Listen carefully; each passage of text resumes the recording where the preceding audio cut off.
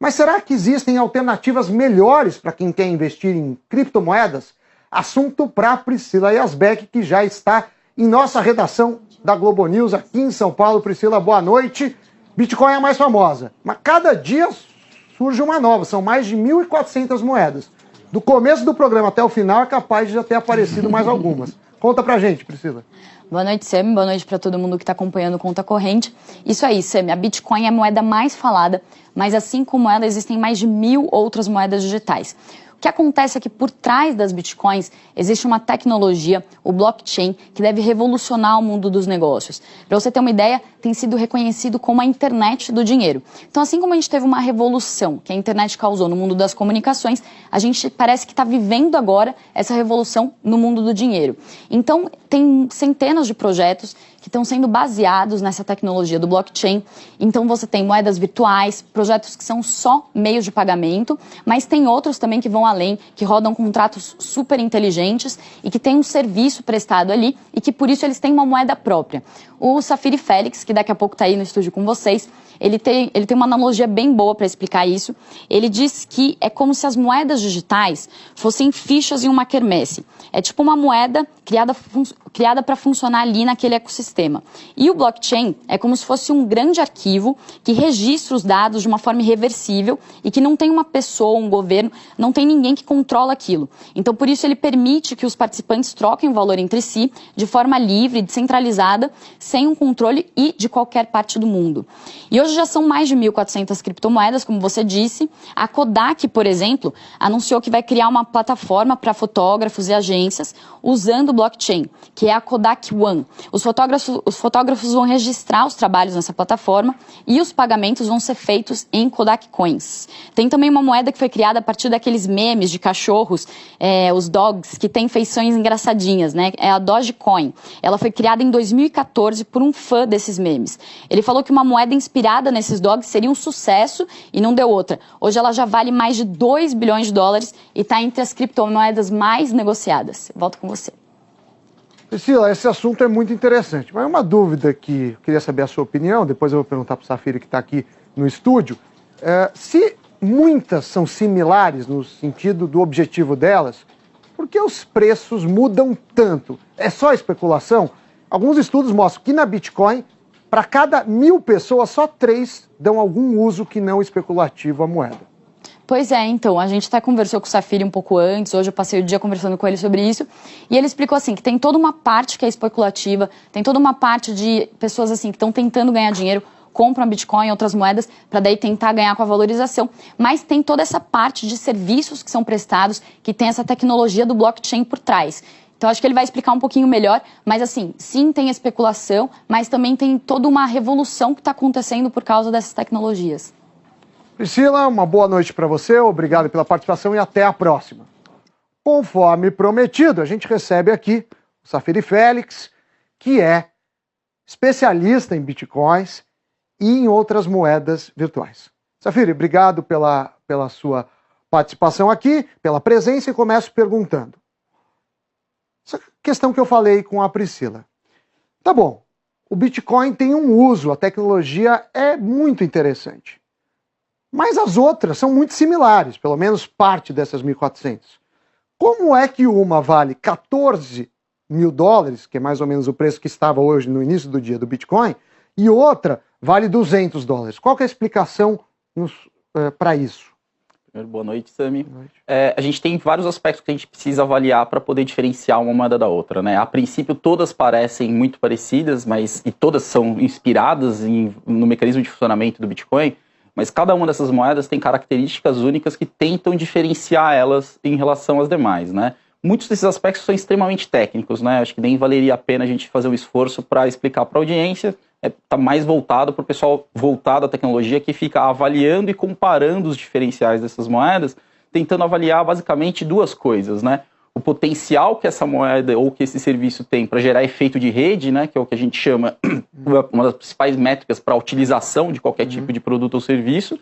E um segundo aspecto que é sempre avaliado é a quantidade de moedas que existe em circulação de cada uma dessas alternativas, né? No caso do Bitcoin, o Bitcoin é classificado dentro das criptomoedas como uma espécie de ouro digital, por ser escasso.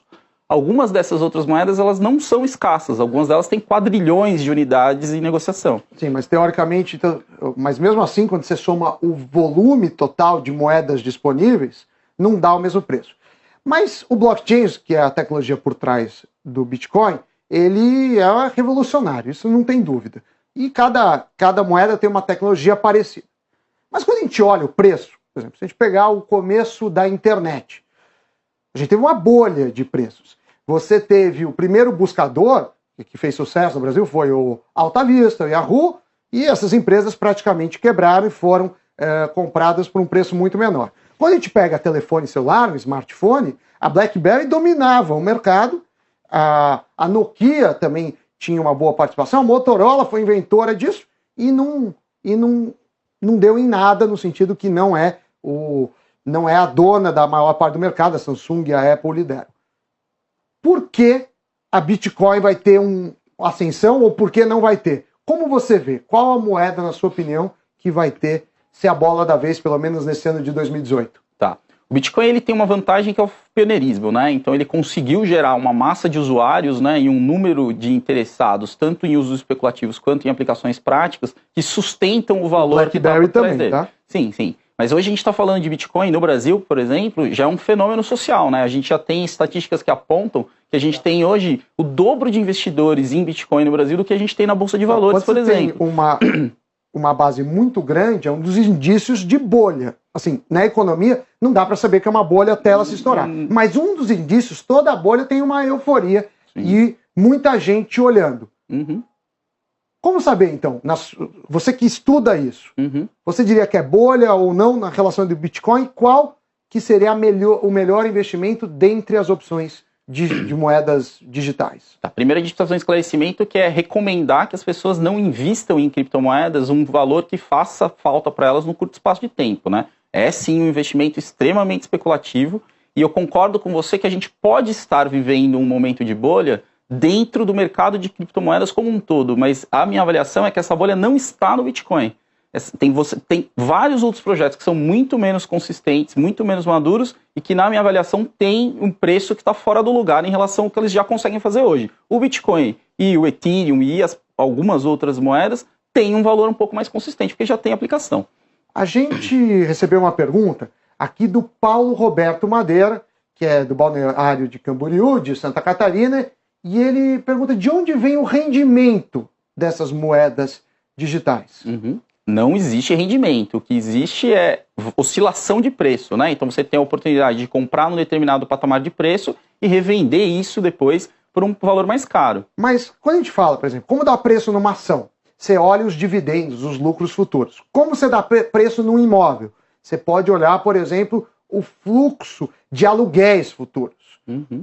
Numa dívida de empresa ou do país, que a gente falou agora há pouco, a capacidade do país pagar.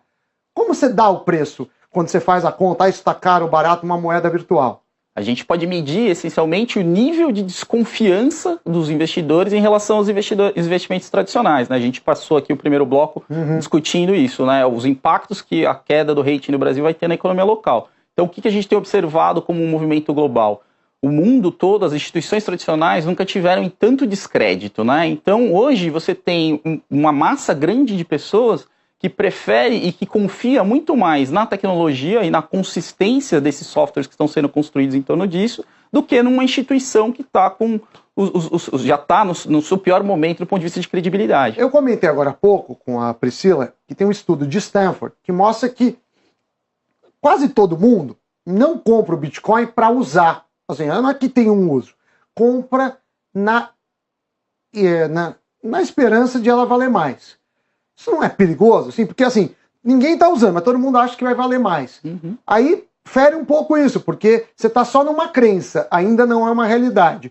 Você acredita que em 2008 a gente vai ver mais aplicações para o Bitcoin, para as outras moedas virtuais ou digitais? Não, os indicadores provam isso, né? A rede já está processando milhares de transações todos os dias ao redor do mundo. Inclusive tem a rede do Ethereum, que é a segunda criptomoeda mais relevante, já processa 3 vezes mais transações que o Bitcoin hoje.